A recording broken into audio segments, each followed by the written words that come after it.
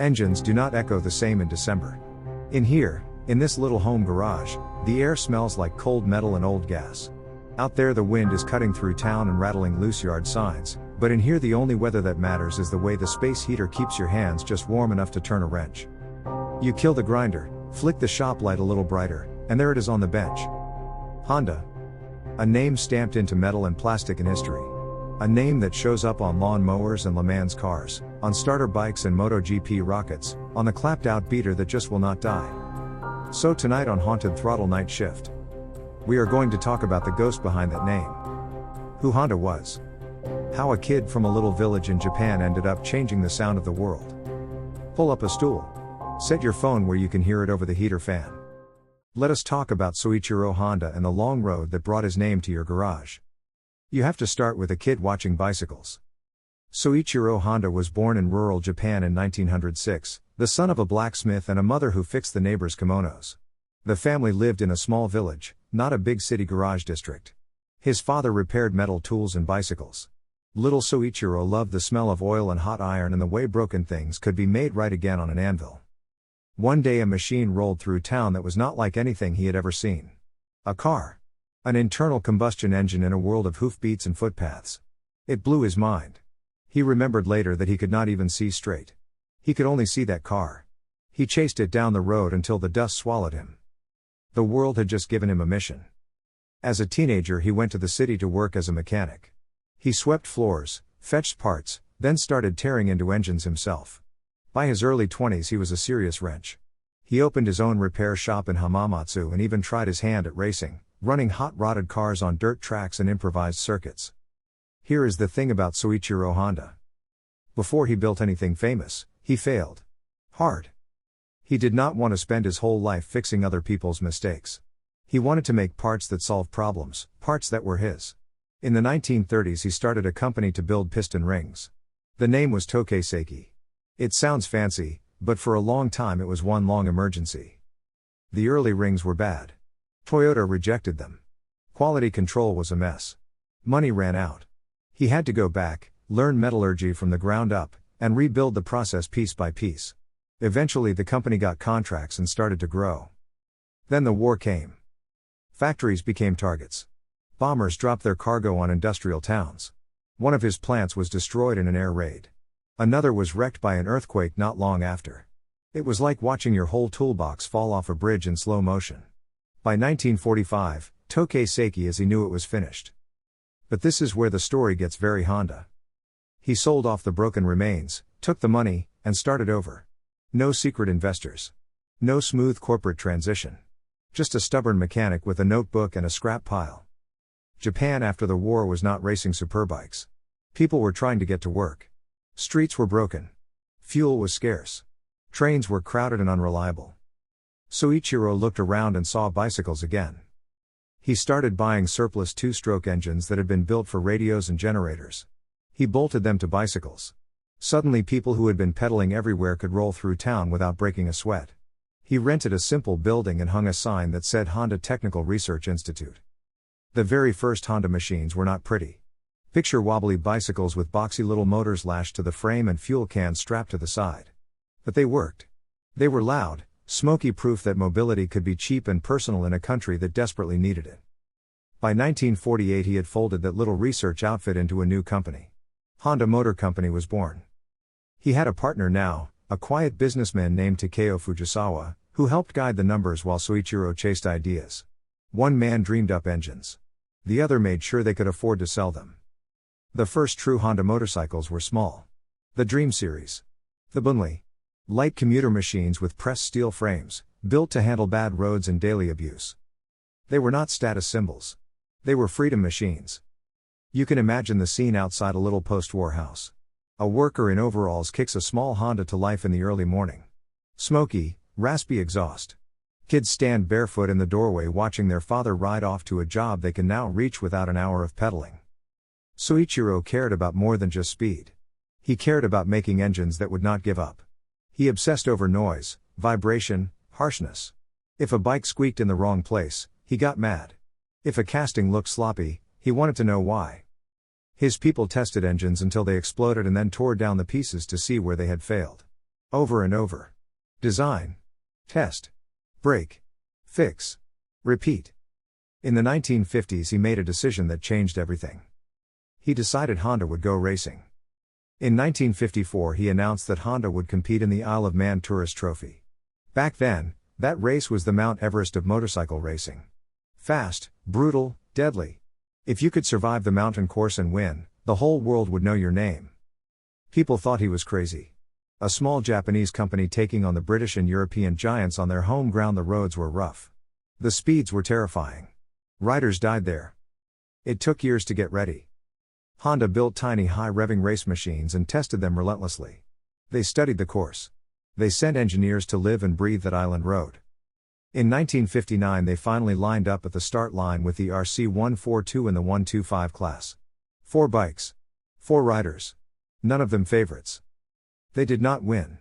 But they finished 6th, 7th, 8th, and 11th. That was enough to earn Honda the Manufacturers' Team Award. It was also enough to wake up every big factory in Europe.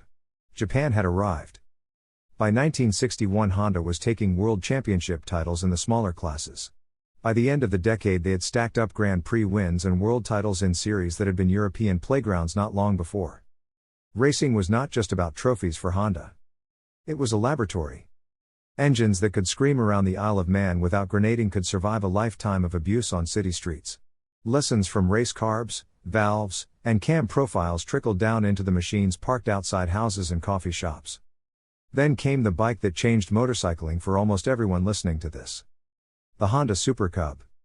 If you are picturing a little step-through bike with a pressed steel spine and a friendly face, you are dead on. The Super Cub showed up at the end of the 1950s and quietly became the best-selling motor vehicle in history. Millions and millions built. Delivery riders, students, grandparents, all using the same basic recipe. Small 4-stroke engine. Step-through frame so you could ride in normal clothes. Automatic clutch so you did not need to master a full manual gearbox right away. Simple, rugged, easy to fix.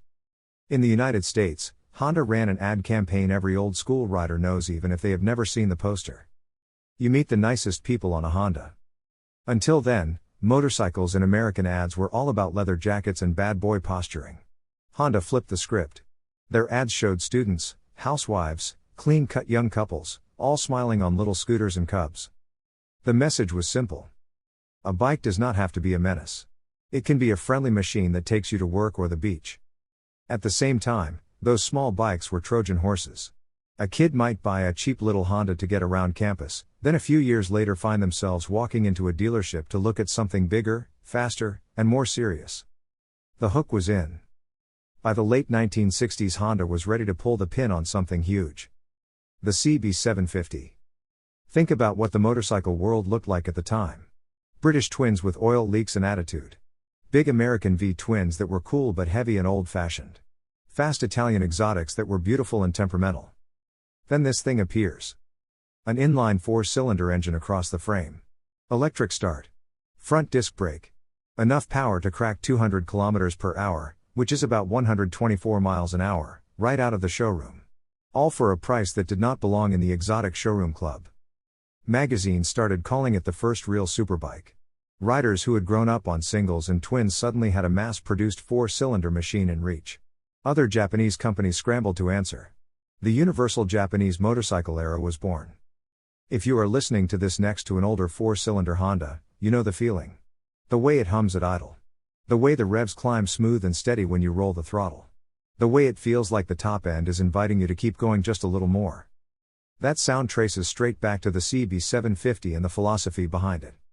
Now here is the twist. While all of that was happening in the bike world, Honda was building something parallel on 4 wheels. In the 1970s, new laws in the United States said cars had to run much cleaner. Smog and pollution were choking cities. Most companies slapped on heavy emission control gear that strangled power and mileage. Engines ran hotter and weaker. Honda did something stranger. They built an engine that burned cleaner from the inside. They called it CVCC, which stood for Compound Vortex Controlled Combustion. The idea was to use a small pre-chamber near the spark plug and feed it a richer mixture while the rest of the cylinder got a lean mix. That way the engine could ignite a lean overall charge without misfiring, cutting emissions dramatically. In 1975, a Honda Civic with a CVCC engine became the first car to meet the United States Clean Air Act standards without a catalytic converter. That got attention. Suddenly, this company from Japan was not just the new bike kid. They were the clever small car people who had solved a problem the big players were still wrestling with. For riders, this mattered too. It reinforced an image that had already been built in garages and parking lots. Hondas might not always be the wildest machines, but they were clever, efficient, and hard to kill. Civic and Accord became default answers when someone asked for a reliable car. That reputation rubbed off on every bike in the showroom, from small starter machines to big touring rigs. Back on two wheels, Honda kept pushing. They built the Gold Wing for crossing continents in living room comfort. They built nimble small displacement bikes to hook new riders. And they went back to their favorite playground: racing. By the 1980s, Honda had formed Honda Racing Corporation, HRC, to run competition programs as a focused unit. HRC became a legend in its own right, the quiet door in the paddock where magic engines lived.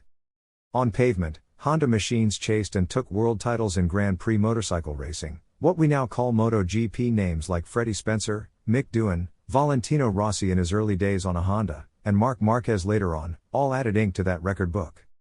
On the dirt, Honda bikes tore up motocross and trial events. On four wheels, Honda engines screamed in Formula One and IndyCar, sometimes as anonymous power units under someone else's badge, sometimes with the company name front and center. The philosophy was consistent. Race, learn, improve, repeat. Every lap was a test. Every blown motor was a painful lesson. Every trophy was proof that the method worked. In your garage, that shows up as little design details you barely notice. The way a radiator hose is routed so it is easy to change.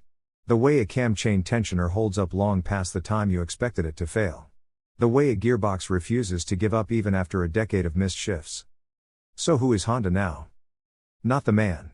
The company. Soichiro Honda himself passed away in 1991. By then he had stepped away from day-to-day control and seen his company become one of the largest engine builders on earth.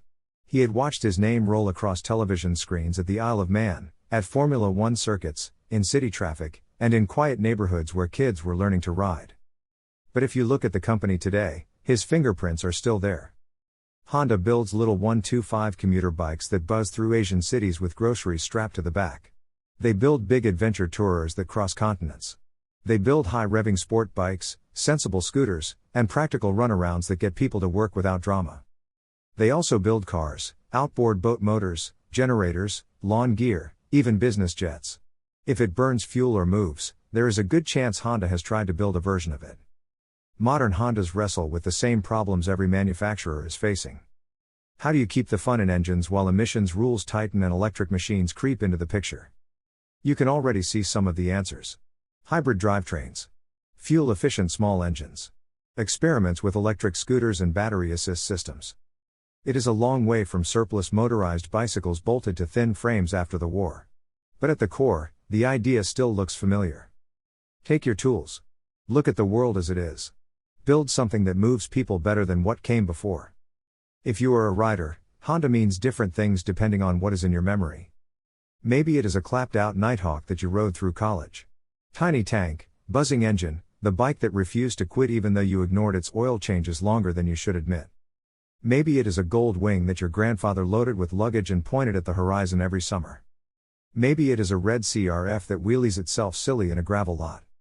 Maybe it is that first small Honda you ever swung a leg over, nervous and shaking on the clutch, heart pounding as the bike rolled forward with that particular single-cylinder sound. Behind all of those machines is the ghost of a kid who chased a car down a dirt road and would not let go of the way it made him feel. There is one more part of the Honda story that fits right into the Haunted Throttle world. It is the way the company treats failure. Soichiro Honda did not try to hide his disasters. He talked about them. He wrote about how Tokei Seiki nearly sank him. He admitted when engines did not work. He got angry, but then he turned that anger into design notes. His engineers were not punished for every mistake. They were expected to learn from them. In one story, early CVCC development was hitting walls. The combustion did not behave. Emissions were not where they needed to be. Instead of shutting the project down, Honda pushed his people harder to find the physics inside the problem. They tore down engines, stared at soot on valves, watched how fuel mixed in clear test chambers. That is the same stubborn energy you see when a mechanic refuses to give up on a bike in the corner of a shop. The one with the bad wiring that nobody can trace. The one that has eaten 3 stators. The one that kills batteries for no obvious reason. You know that bike? Every group has one.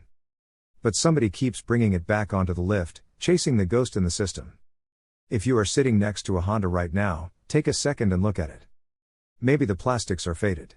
Maybe somebody spray painted half the fairing in their driveway. Maybe the previous owner added a cheap exhaust that does not quite line up with the hanger. None of that matters when you thumb the starter and the engine spins to life. That sound is the echo of a long chain of choices. A blacksmith's son in a village full of bicycles. An apprentice mechanic squinting at his first car. A race fan who believed that Japan could stand on the same podiums as Europe. An engineer who refused to accept that clean engines had to be weak engines. A company that kept throwing its machines against the hardest racetracks in the world, knowing that every heartbreak lap would teach them something. All of that is in the way your bike idles under a cold garage light. On this channel we talk about haunted roads and cursed machines. We talk about toy runs that feel like rituals and old bikes that seem to hold on to the memory of their last riders. Honda has its own ghosts. Not the spooky kind, although every long-running brand collects stories about cursed race numbers and unlucky prototype frames. These ghosts are more subtle. They are in the design choices carried forward over decades. In the way a mechanic in Tokyo solved a carb problem that later made life easier for a backyard tinkerer in Oklahoma. In the habit of overbuilding a part so that it survives a missed oil change or a cheap filter. When you ride a Honda, you are riding layers of invisible decisions. Every time you trust that engine to pull you through a pass, or across town at midnight, you are putting your faith in all those ghosts. That is the real haunting. Not a chain that rattles by itself in an empty garage. Not a headlight that flickers with no one touching the switch. The haunting is the feeling that someone is in there with you. Some stubborn, grease-stained spirit that refuses to accept failure. So who is Honda? He was a kid who smelled hot iron and oil in his father's shop. A racer with more enthusiasm than budget. A businessman who knew he was not good with ledgers. A leader who pushed his people right up to the edge of what they could do, then pushed a little more. Who is Honda now? A global engine maker that still sends machines to the toughest races on Earth. A company that builds everything from grocery getters to track missiles. A name that shows up in your driveway, your neighbor's yard, on the water at the lake, under the wing of a small jet, inside a quiet generator humming at a campsite. And for you, maybe, it is that one bike outside your house. The one that you trust to carry you home when the sky turns black and the wind picks up. The one that feels like a friend. You finish wiping your hands on an old rag. The space heater clicks as it cycles off. The garage is quiet aside from the tick of cooling metal. Out there, somewhere, a kid is hearing a Honda engine for the first time and feeling something unlock in their chest. In here, you have your own story with that name. Maybe tonight, after this episode ends, you will thumb the starter and write another mile of it. This has been Haunted Throttle Night Shift. Tune in while you tune up.